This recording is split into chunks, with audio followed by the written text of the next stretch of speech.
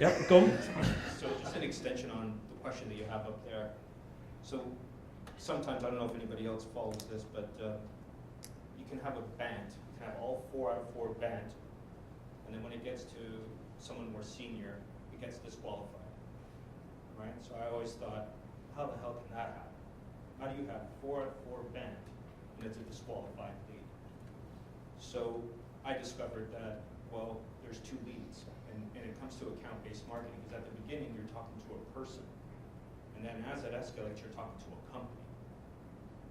2 very different communications altogether, even if you have, as Marcella said, the sponsors or the stakeholders, or whatever title you want to give them, right? It's still a totally, totally different approach.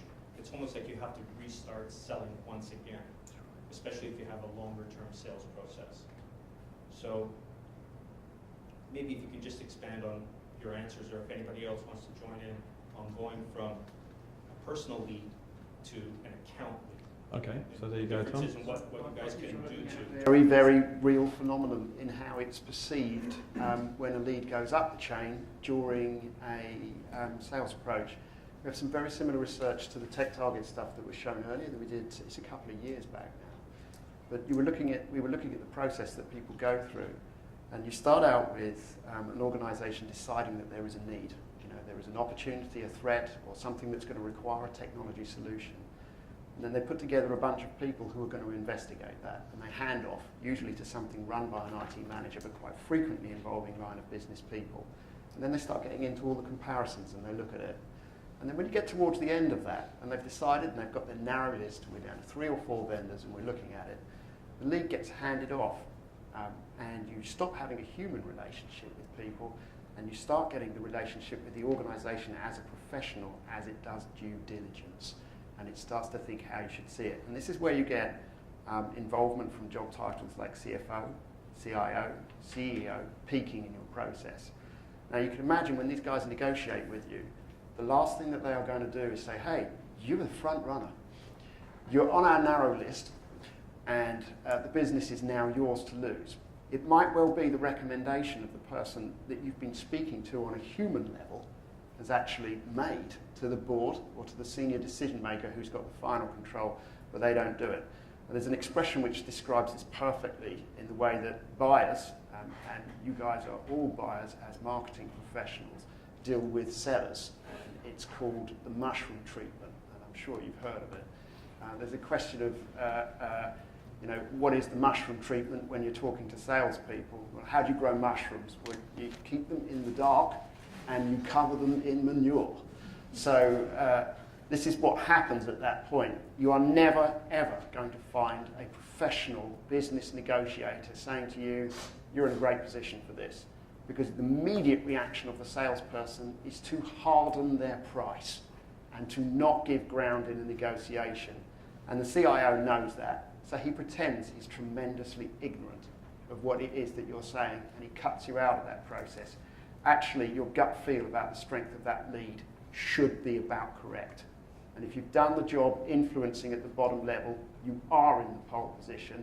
You just can't expect the prospect to tell you that. And does it mean, again, we're going back to approach maybe, so how you work with someone during the whole process of research and evaluation, etc., is kind of how absolutely, they at this point, the organisation has decided your technical benefits. Do you compare well? Do you not?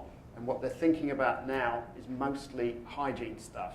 You imagine it's a big project, and that means working with you for 6 or 9 months. And they're people in and out of the building all the time. The quality of your sales representation at that point is going to be absolutely critical, because it's going to be, do I want to be in bed with this person for 6 to 9 months, their organisation, their cultural values, their behaviours? Does that work for me? And it's completely soft factors. When you lose a deal at that stage, you're losing it through human factors. When you win the deal at that stage, you're winning it through human factors. You have already demonstrated you can do the job, technically. It's whether you're the right partner culturally now. Brent? I mean, it goes back to we're delivering leads, responses, whether it be account-based or just in general, at the contact level, but everything we're trying to show is the account-level intelligence. Reason being is that some of the stats from multiple research channels say is 7, 8, 9, could be 10 plus people involved in the research process. They're all consuming on average 4 or 5 different pieces of content. But Tom's right, like if they've done all of this activity over an extended period of time, and you've qualified that with someone involved in that project, you have to trust that you've done all the right things and continue moving forward. There's going to be people on that technology buying team, their job's to say, you're out of the running, because that's the way they work you down. I mean, that's just like typical sales. But I think you have to trust the intelligence that you've gathered, what you've done from step one. Some of the things we're doing on the account-based side is that we're tracking activities at 70 different topic levels each month, and we're plugging that into your Salesforce system.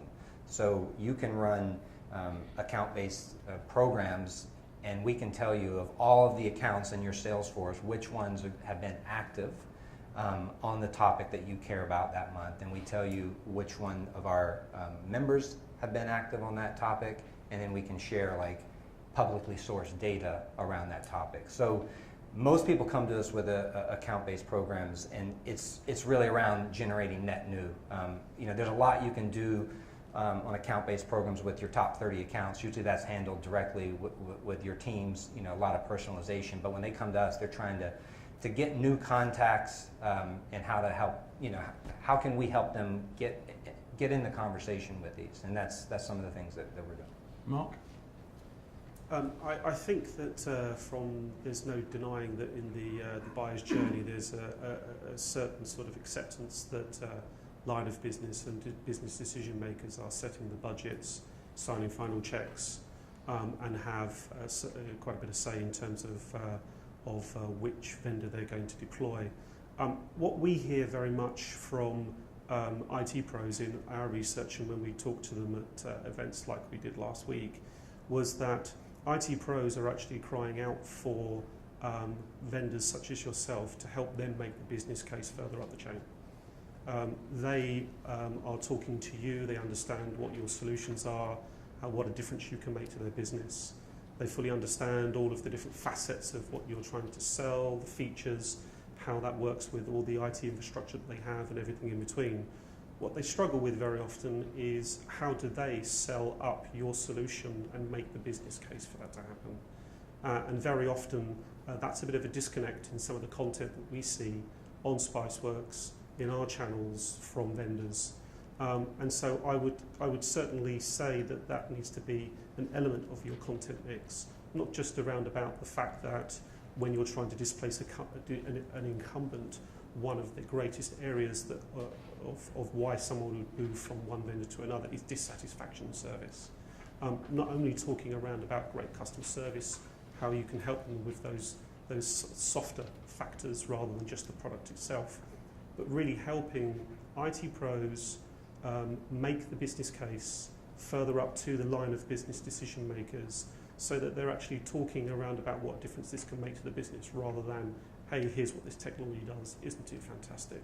So I would encourage everybody to think about that as part of your content mix, and I think you'll actually bring IT pros and business decision makers a lot closer together and enable them to make a decision much easier.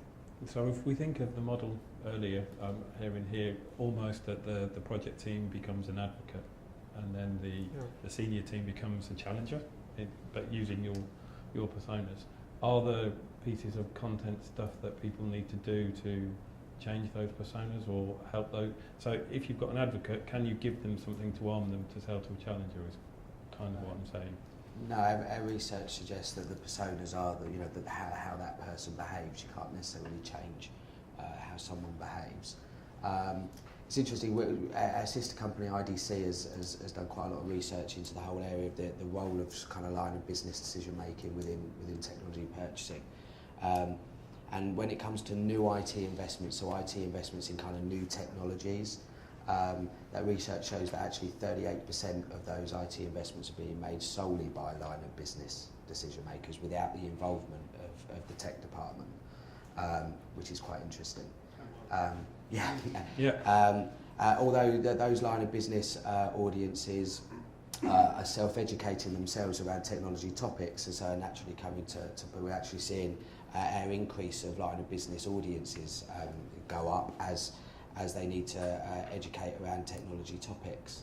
It's interesting because we've often had a debate about IT spend going up, but actually IT budget staying the same. Yes, and that's because it's coming from line of business bring it through. departments. Yeah, absolutely.